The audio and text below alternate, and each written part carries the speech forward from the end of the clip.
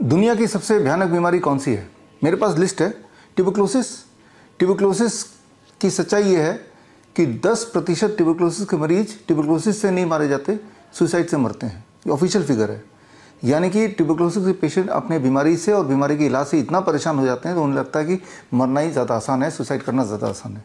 या फिर मैं बोलूँ कि ट्यूबरक्लोसिस से ज़्यादा भयानक बीमारी chronic kidney disease. Chronic kidney disease के पेशेंट्स, एंड स्टेज के पेशेंट, जिन्हें हफ्ते में 2 बार 3 बार डायलिसिस के लिए जाना पड़ता है, यानी कि अपना बॉडी का सारा खून निकाल के मशीन में डालते हैं, फिर दोबारा वो बॉडी में आता है। ये बहुत ही दर्दनाक प्रोसेस है।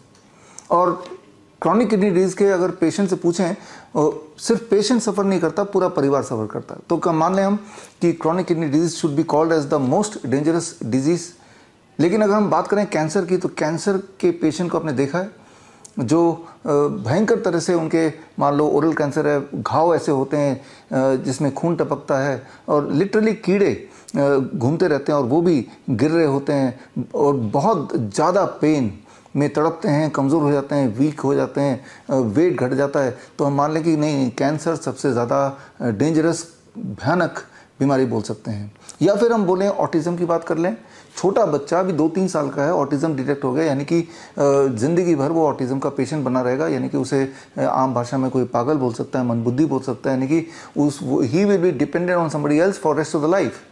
तो क्यों ना हम ऑटिज़म को सबसे भयानक बीमारी बोल लें।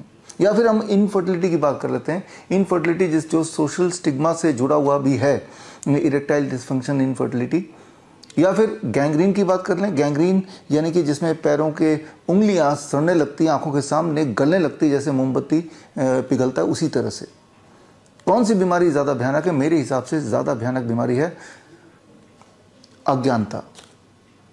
वो इसलिए क्योंकि अधिकतर लोगों को पता ही नहीं कि ये सारी बीमारियां ठीक हो सकती हैं, लेकिन जिस तरह से आप इलाज कराते हैं उससे ठीक नहीं हो सकता, ना ही किसी का ठीक हुआ है।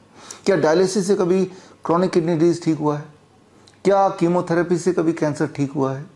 क्या कोई ऐसा पेशेंट को जानते हैं ऑटिज़म का जो अब पूरी तरह से ठीक है या आधा अधूरा भी ठीक है? या कोई ऐसा पेशेंट जानते हैं जो पहले इनफर्टाइल था, फर्टिलिटी आ गई है, पहले इरेक्टाइल डिसफंक्शन था, वो ठीक हो गया है?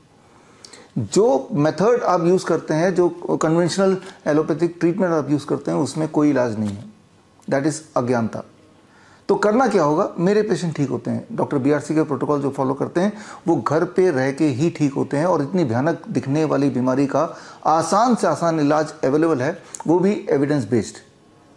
तो खैर 23 जुलाई यानी कि चंद्रशेखर आज़ाद जयंती, बाल गंगाधर तिलक जयंती के दिन 11 बजे दिल्ली के one of the biggest auditorium, Shri food auditorium में मेरे इस तरह के पेशेंट्स जो अलग अलग भयानक बीमारियों से को झेल रहे थे, एलोपैथिक इलाज करा रहे थे, अपनी हालत बद से बदतर बना रहे थे, और वो हमारे संपर्क में आते हैं या इस तरह के वीडियो के संपर्क में आते हैं और घर पे ही अपना इलाज कर लेते हैं और पूरी तरह स्वस्थ हो जाते हैं। तो ऐसे पेशेंट्स आपसे मिलने आ रहे हैं। आप में से बहुत लोग अक्सर पूछते हैं कि क्या आपके पास ऐसे पेशेंट हैं जिनकी डायलिसिस छूट गई? कैसे पेशेंट हैं जिनका कैंसर ठीक हो गया? कैसे पेशेंट हैं जिनका ऑटिज्म ठीक हो गया? कैसे पेशेंट हैं जिनका गैंग्रीन ठीक हो गया? कैसे पेशेंट हैं जिनकी ट्यूबरक्लोसिस ठीक हो गया, हार्ट का डिजीज़ ठीक हो गया, डायबिटीज़ चली गई, BP चली गई? तो खैर उसका जवाब अब आपको मिलने वाला है। ऐसे पेशेंट हैं और ऐसे पेशेंट से आप चाहें तो डायरेक्टली मिल सकते हैं। 23 जुलाई 11 बजे श्री फोर्ट ऑडिटोरियम में फिजिकली आएंगे अपने पास के रिपोर्ट को लेके और पास्ट मेडिकल हिस्ट्री को लेके और अभी के रिपोर्ट को लेके वो रूबरू आप हो सकते हैं। और जो लोग आना चाहते हैं 23 जुलाई के प्रोग्राम में, स्क्रीन पे दिए हुए लिंक में जाके अपना नाम भर दें ताकि आपका सीट हम रिजर्व कर लें। ये एब्सोल्युटली फ्री है। और इस प्रोग्राम में ये ना केवल वो पेशेंट आपसे मिलेंगे, बल्कि उन्होंने क्या किया, कैसे अपने आप को बीमारी के जाल से बाहर निकाला और दवाइयों के जाल से बाहर निकाला, वो अपनी कहानी भी बताएंगे। और मैं खास ट्रेनिंग, एडवांस ट्रेनिंग आपको दूंगा जिसके माध्यम से घर बैठे ही आप भी ऐसा कुछ करके अपने आप को बीमारी से, दवाइयों से और डॉक्टरों से आज़ाद कर सकते हैं। जो लोग आ नहीं सकते तो घर बैठे ही आप मुझसे जुड़ सकते हैं लाइव www.coronakal.tv में 11 बजे आप जुड़ जाइए, तो ये ट्रेनिंग घर बैठ के भी ली जा सकती है। इस ट्रेनिंग में अगर आप फिजिकली आना चाहते हैं तो रजिस्ट्रेशन आवश्यक है। स्क्रीन पे दिए हुए लिंक में जाकर रजिस्ट्रेशन करना ज़रूरी है, नहीं तो number of seats are limited. 2000 seats हैं, कहीं ऐसा ना हो कि आपको सीट्स ही ना मिले। और इस ट्रेनिंग में जब आएंगे तो जब वापस जाएंगे तो आपको 500 पेज का एक रेफरेंस बुक मैं आपको दूंगा, that is free, everything is free.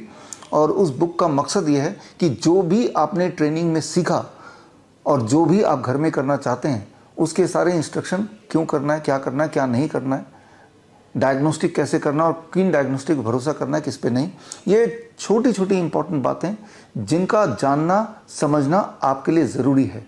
After all it is a matter of your life and death. तो खैर, हम मिलेंगे 23 जुलाई सुबह 11 बजे श्री फोर्ट ऑडिटोरियम में, या फिर ऑनलाइन हम जुड़ेंगे। All the best, thank you, जय हिंद। बड़ी से बड़ी बीमारी का आसान से आसान इलाज घर बैठे ही हो सकता है। अधिक जानकारी के लिए कांटेक्ट करें nearest doctor BRC clinic @home।